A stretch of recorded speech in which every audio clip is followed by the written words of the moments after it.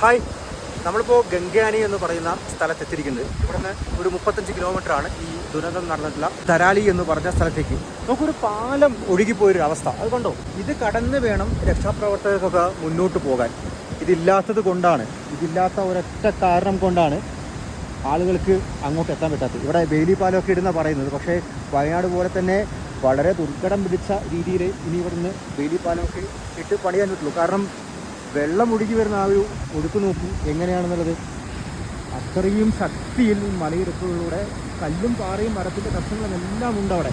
അതിനിടയിലൂടെയാണ് ഈ വെള്ളം ഒഴുകി താഴോട്ട് വരുന്നത്. മാത്രമല്ല, ഒരു 250 അടി നീളമുള്ളൊരു പാലമാണ് ഇവിടെ ഉണ്ടായിരുന്നത്. പക്ഷെ അത് പണിതത് വളരെ മികച്ച എഞ്ചിനീയർമാരായതുകൊണ്ടായിരിക്കും ഒരുപക്ഷെ അതിൻ്റെ 2 തൂൺ ഭാഗങ്ങൾ, അതായത് 2 വക്കുകൾ അതുപോലെ തന്നെ നിലനിൽക്കുന്നത്. ഇടയിലുണ്ടായിരുന്ന ആ ഒരു പാലം മാത്രമാണ് ഒഴുകിപ്പോയത്. അപ്പോൾ ഇവിടെ പെട്ടെന്ന് തന്നെ BROയ്ക്ക് വന്ന് ആ ഒരു വേലി പാലം നിർമ്മിക്കാൻ സാധിക്കും. ഇത് കടന്നൊരു 35 കിലോമീറ്റർ വീണ്ടും പോകണം. അതിനിടയിൽ 2-3 സ്ഥലത്തൂടെ നമുക്ക് റോഡ് തകർന്ന് കിടക്കുകയാണ്. ഇത്രയും വെല്ലുവിളികളുണ്ട്. ഇതിലൂടെയൊക്കെ സഞ്ചരിച്ചാൽ മാത്രമായിരിക്കും ഈ ദുരന്ത സ്ഥലത്തേക്ക് എത്താൻ സാധിക്കും.